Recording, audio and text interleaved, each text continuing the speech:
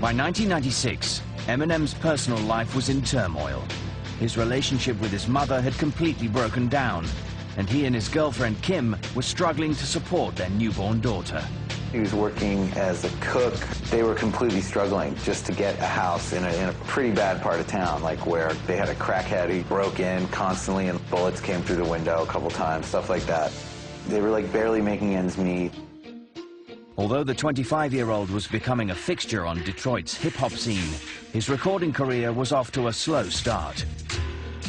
His first album, Infinite, had completely done nothing, and it wasn't working, and nobody cared, and the album bombed. With work stalled and his personal life imploding, Marshall needed to do something. He created the hip-hop alter ego called Slim Shady. Kick it. It took the catalyst of all these pressures to force him to figure out how to say what he really meant. Slim Shady is the beast who says exactly what he wants and exactly what he feels and has no filter. Eminem is the rapper, and Slim Shady is the id and the anger and the guy who wants to slit your throat, but he'll also make you fall down laughing at the same time. Eminem introduced his new persona on 1996's Slim Shady EP, and no one was safe from his brutally personal attacks, including the love of his life. The song Just the Two of Us takes this idea of a love song and twist that inside out and write about these horrible, grisly things. He was having problems with Kim, and in his song, he decides to put his baby daughter in the front seat and take her to the lake where he's going to dump her mother's body, who's currently in the trunk. Definitely different. Eminem hoped the Slim Shady EP would attract fans and possibly the attention of a major label. It failed to do either and sold a mere 5,000 copies. But he did gain one important fan, Wendy Day, who had made a career of giving exposure and business advice to young hip-hop artists. Em's at a music conference in Detroit, and Wendy Day comes. She's in charge of the Rap Coalition. So she shows up, and Em approaches her with this demo tape, and he kind of, hey, nice to meet you, here's my tape. Got in the car, I popped his cassette in, got maybe halfway through the first song. It was just unbelievably good. I mean, that kid could rhyme ridiculously. And we actually made a U-turn across the median of the highway. So she invited Eminem to come down to LA and participate in the Hip Hop Olympics, which was going to be this very traditional battle-style melodrama of hip-hop. Eminem was in no position to turn down the invitation. The contest promised a $500 prize, money he could definitely use. The night before he flew to LA, Eminem's life had hit a new low. It was a last chance moment, no doubt about it. He had been evicted.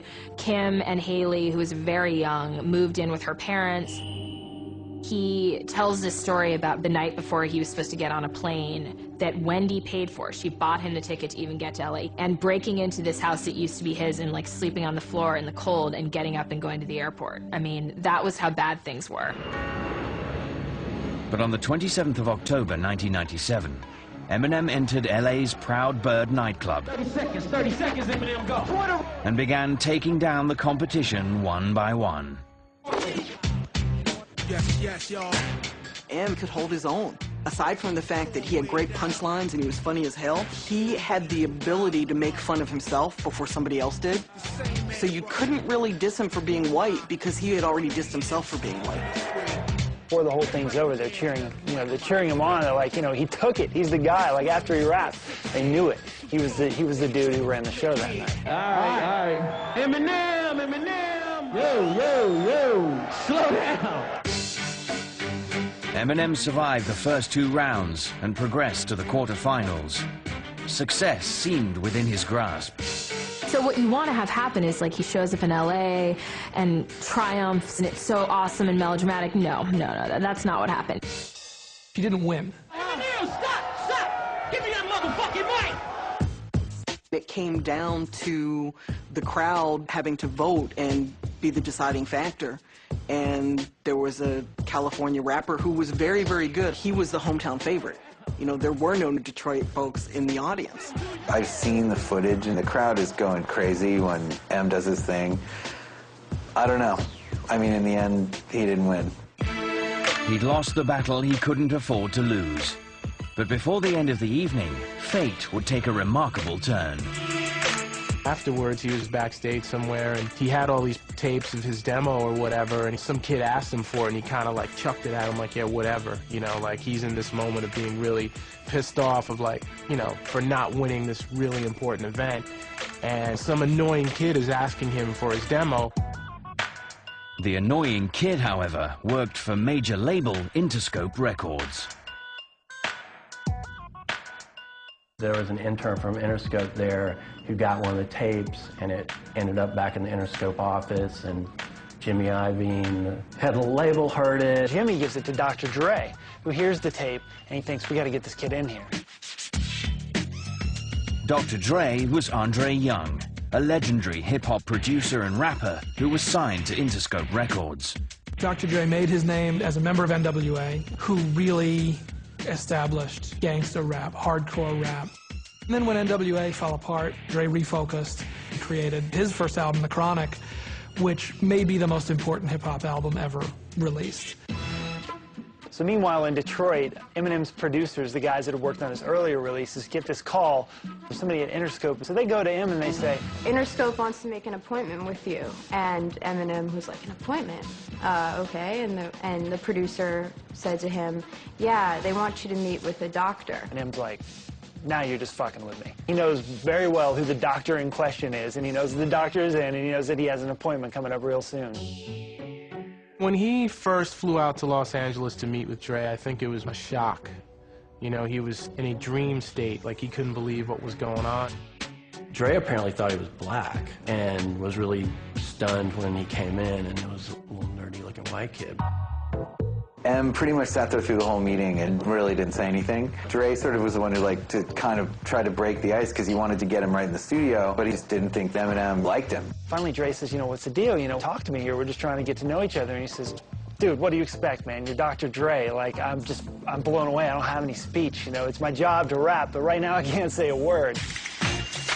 Eminem may not have won over Dr. Dre with his social graces, but the producer saw potential. He signed Eminem to his Interscope subsidiary label Aftermath and put him in the studio. They worked really well together. You know, Dre played him a few different things, and M just, like, went for it. They spent 6 hours in the studio and did 3 songs. One of those songs was My Name Is. They did My Name Is really early on, and the bass line had this kind of like weird, happy, goofy quality to it, and he was just like, all right, my name is. And he just sort of kept saying that over and over and over again, just like, all right, my name is. And everybody was cracking up. It was kind of the perfect way to announce himself. Hi, my name is what? My name is who? My name is... It did come together pretty quickly. Immediately, they knew that they had something.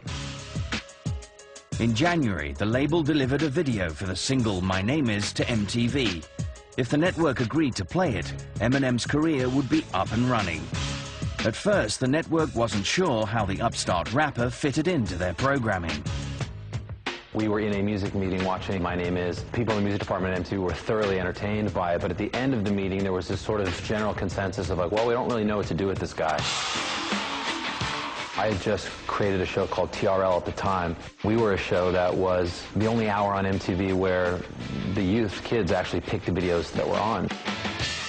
We got together as a show and said to the music department, well, we'd like to have it. This is perfect for us. I remember playing for the first time, and it was a huge hit immediately.